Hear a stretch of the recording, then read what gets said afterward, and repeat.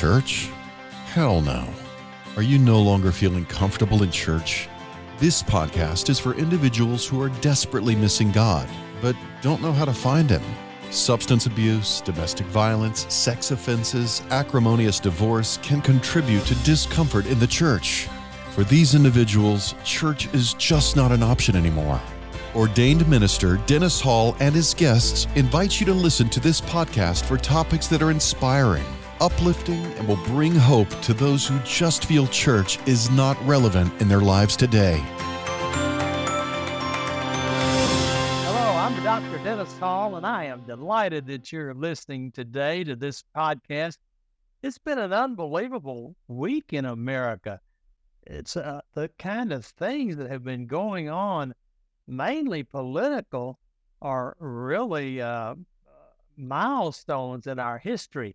This week we had a nationally televised debate among Republican candidates for the nomination to be the President of the United States. And of course, the leading candidate, the former president, was not there. He was not part of the debate, I think just because he has such a huge lead over these other candidates. And then later in the week, the former president, President Trump, was indicted in a court in Georgia and had to present himself and even have a mugshot made of a former president. Now, these activities have brought all kinds of commentary from the political left and the political right, and I just have to tell you, all of these commentaries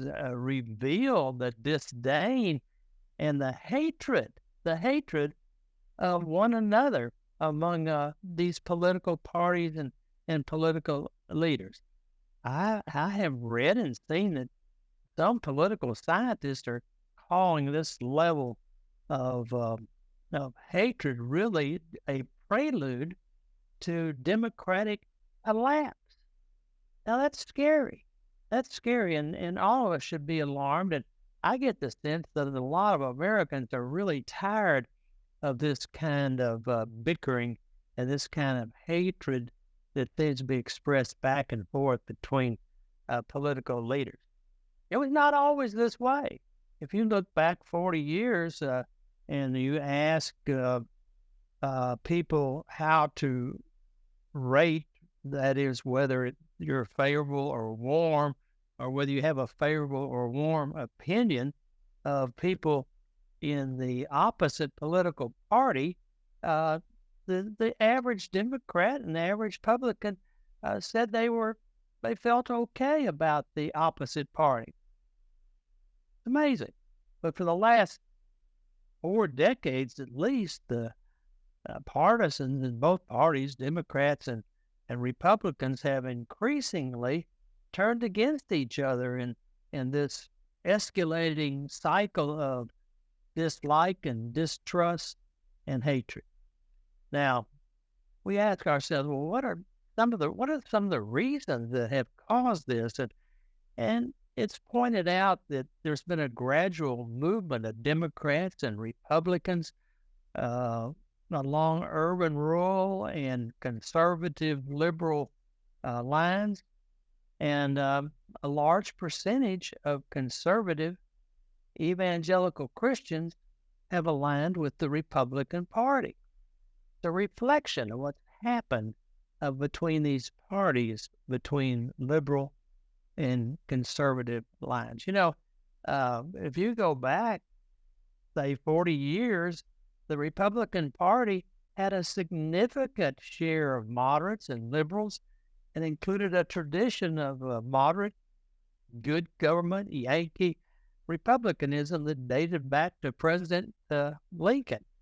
And the Democratic Party once had a significant share of conservative populists from the South and across the Great Plains. Well, today, it's just simply harder for voters to hold a viewpoint that doesn't align with their party. For instance, there are far fewer anti-abortion Democrats or abortion rights Republican now than there was just a mere 30 years ago. And the reason is these kinds of stances are unwelcome in these respective political parties. So we have leaders today in both parties accusing people in the other party of destroying democracy. They are the enemy. They are destroying our democracy. Demeaning, name-calling is commonplace among the politicians today. And then more and more, we're hearing the Republican Party referred to as a cult.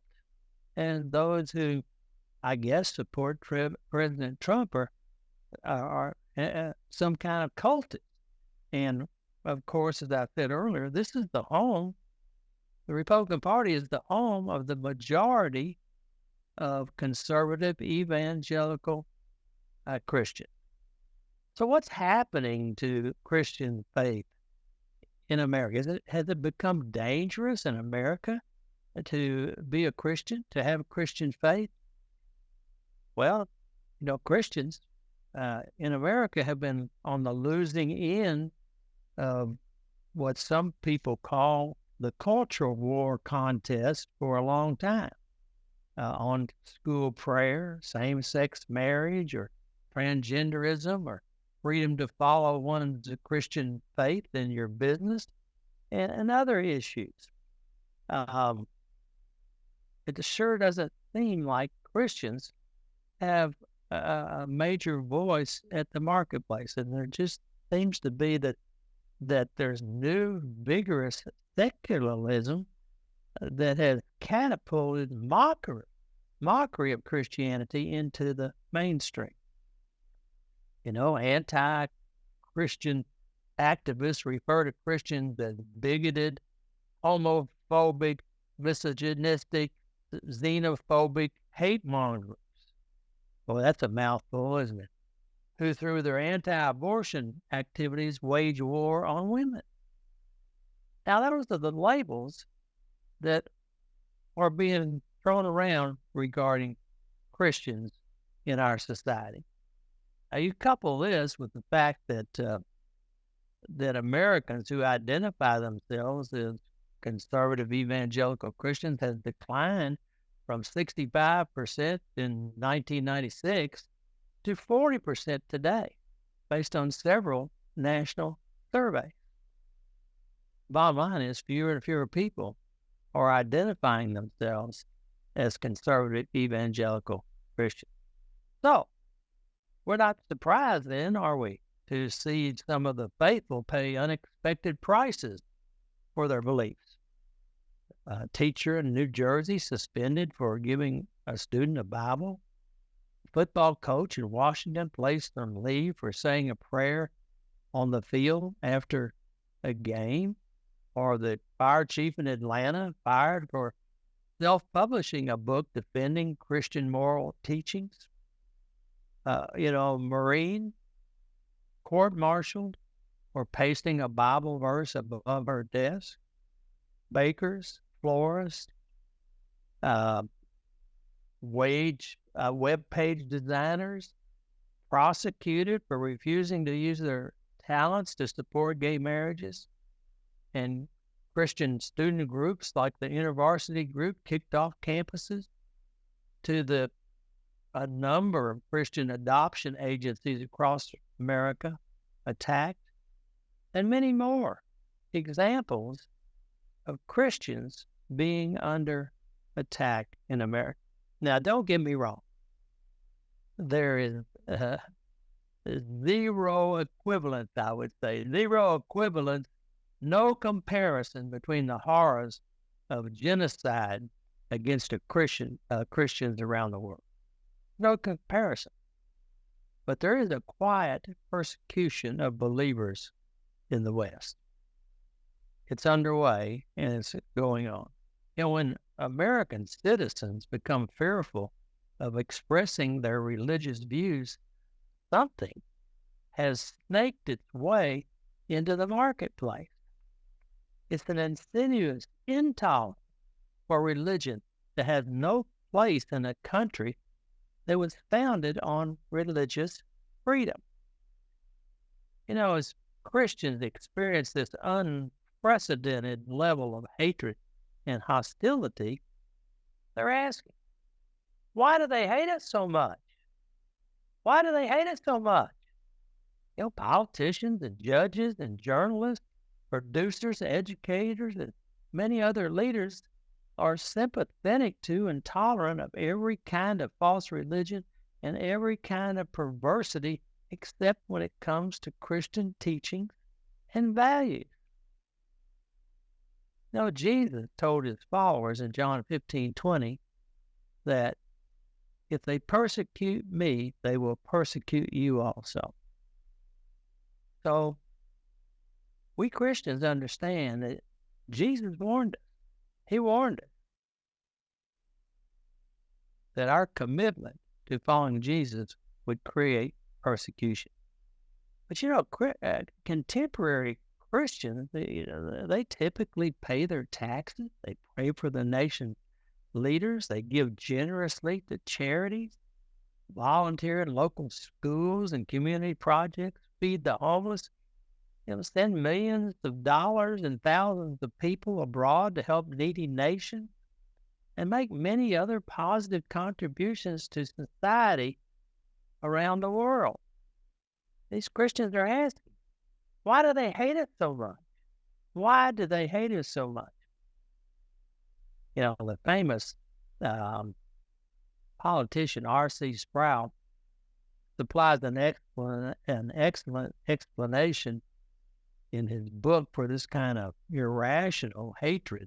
In chapter 4 of his book, The Holiness of God, he uses the famous Peter principle, which says people will tend to rise to their level of incompetence in corporate structure.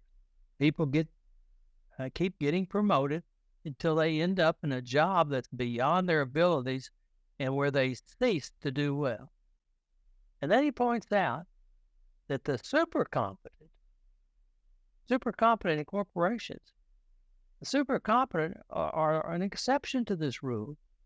They tend not to succeed by moving up the ladder. Why? Because their bosses are frightened and threatened by their competency. Now, the result is they often have to leave the company to get an opportunity to move up. Now, the point that R.C. Sproul is making is that their advancement is hindered because their bosses are afraid of being shown up. And then he goes on to point out that Jesus was the ultimate super competent, and it's part of the reason why he was hated. Now, there were many reasons why Jesus was hated, but one of the reasons was he absolutely terrified those who were in charge. The Pharisees and Sadducees of his day, they were renowned for their so-called holiness. But Jesus exhibited authentic holiness. And these counterfeiters were not pleased. Now, with the appearance of Jesus, their righteousness took on the luster of unrighteousness. So today's Christians reflect the holiness of Christ. Therefore, many in the world would far prefer to be surrounded by homosexuals, thieves, polygamists, criminals, every false religion under the sun than spend time with holy Christians. Christians simply make them feel guilty, and therefore Christians must be destroyed. Politically, I'm not saying here in America people are being assassinated like they are in other countries, but people are being destroyed in their workplace, in their business, in their roles in the community. They're being suppressed. They're being pushed out of the marketplace. So right here, the same principles are in place, and that is Christians must be destroyed. The situation in America is causing, many Christians to become callous toward their enemies. Yeah, I frequently hear Christians say, I can't stand that person, or I hate that person. Now, when they're challenged, they'll say, well, I don't really mean I hate that person. I hate what they say and what they do. But it's having an impact on Christian believers. And, in today's climate of hate, this climate of hate that we seem to be in, we ask the question, how can Christians love their enemies? It's sometimes difficult. It's sometimes very difficult. But my friend Dr. Michael A. Milton wrote an article, 3 Real Ways Christians Can Love Their Enemies. And in that article, he addresses what Jesus was teaching when he said in Matthew 6:24, you have heard that it was said, you shall love your neighbor and hate your enemy. You have heard that it was said, you shall love your neighbor and hate your enemy. But I say to you, love your enemies and pray for those who persecute you, so that you may be the sons of your Father who is in heaven. Now, when Jesus said this, you have heard, he is addressing the prevailing attitude of the day. It's the challenge we have today. When we hear others say, well, you can't love that guy, you can't interact with that guy, you can't be with that guy, don't you know who he is? He's someone perhaps on the left who doesn't like Christian people. So we have the same prevailing attitude, and here we have Jesus telling us, look, I say to you, love your enemies and pray for those who persecute. Now, Dr. Milton's article points out in another setting that Jesus says, but I say to you who hear, love your enemies, do good to those who hate you, bless those who curse you, pray for those who abuse you. All in Luke 6:27. It's pointed out that Jesus, in that address, he was addressing these Jewish governors and tax collectors and other unscrupulous figures who used their delegated authority from Rome to fleece their own people. And they were disliked. And so there was a culture of suspicion, intrigue, concealment, distrust, treachery, and sabotage that was casting a shadow on unity in those days. And Jesus was addressing. And I would ask you, why do we refer to Washington as the swamp? The swamp. And that label covers leadership of both parties, Republican and Democrat. The swamp. It's because of the same culture of suspicion and intrigue and concealment and treachery and sabotage exists today. And Americans, by and large, are troubled about. So Dr. Milton, in his article, he goes on to outline 3 lessons on real ways to love your enemy. And he outlines 3 very important principles. His lesson 1 in his article is, remember the concept of enemy is not a permanent state, but a temporary position. In other words, hatred of others is a useful tool embraced by ungodly authorities, and it's intended to create rage and bitterness and focus on past sins of others. But Jesus was teaching that we were all once enemies of God. Only through Jesus Christ that we're now friends of God. Friends of God.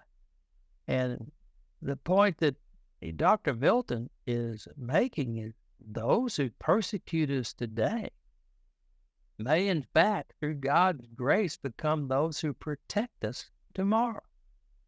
Those who persecute us today may in fact become those who protect us tomorrow.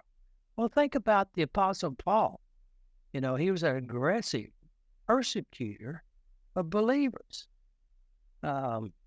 causing the death of many believers. But what? He became this great missionary to the Gentile nations and the writer of 14 of the 17 books in the New Testament. So, it's true that the transforming power of God will cause many who curse God today to be preaching His word tomorrow.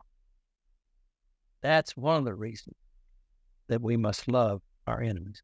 And then lesson 2, Dr. Milton points out that, we must realize that we too were once enemies of God. One of the most famous verses, I often say it is the most famous verse in the Bible, is John 3:16. But if we read on through John 3:16 to verse 18, we get the fullness of its meaning. For God so loved the world that He gave His only begotten Son, that whosoever believeth in Him should not perish, but have everlasting life. For God sent not His Son into the world to condemn the world, but that the world through Him might be saved. He that believeth not is condemned already, because he has not believed in the name of the only begotten Son of God. John 3:16 through 18. So, God saved because we need saving. God saves because we need saving. We're no different than those who oppose, hurt, and persecute us. But the scripture tells us, but God shows His love for us while we were still sinners. Christ died for us. Romans 5:8. Those living without Christ and God are not unreachable. We know that. So we should pray for them. Pray that God will help us to love them and forgive them. As we remember how God has loved us and forgiven us. We're no different. And then, lesson 3. We love our enemies so that we might please the God who loved us. We should love our enemies so that we might please the God who loved us. Luke 6:35 and 36 says, but love your enemies and do good and lend, expecting nothing in return, then your reward will be great. And you will be the sons of the Most High, for He is kind to the ungrateful and the evil.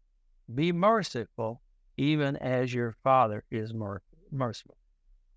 Now, the implications of this teaching is clear. There's great reward. There's great reward in loving our enemies and forgiving them for their sins against us. Hating, dissenting, or holding a grudge against another person only causes greater pain. I have met so many people who have this grudge. Sometimes they're politically opposed to each other and they have a grudge or something. Someone has done something to them and they have a grudge, or it's been an acrimonious divorce and they can't forgive the other spouse. People seem to have these these grudges. It almost seems to be something that's some kind of innate part of humanity. And the truth of the matter is, holding a grudge against another person only causes greater pain. It's something that will eat at you from within. But when we follow the rich, life-giving teaching of Jesus, we're set free from yesterday's pain. Free from the ugliness of the sin that stains and affects our relationships, and free from the life-crippling burden of being unforgiving.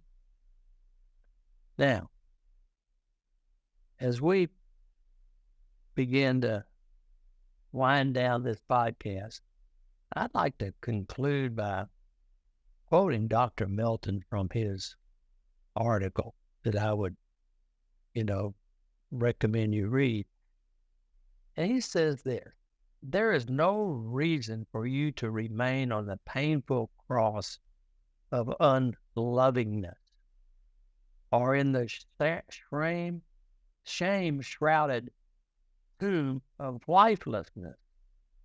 God loves you. He forgives you as you come to him. And he's asking you to get off your cross and be renewed. Jesus is showing you how to love your enemy and teaching us why we must love them. There is no other alternative for one who knows such love in one's own life. This is why Paul wrote, "And now abide faith, hope, love." These three. But the greatest of these is love. 1 Corinthians 13:13. I want to thank you for listening to me today, and I want to encourage you to be one who expresses the love of Jesus Christ to everyone, including your enemies. May God bless you.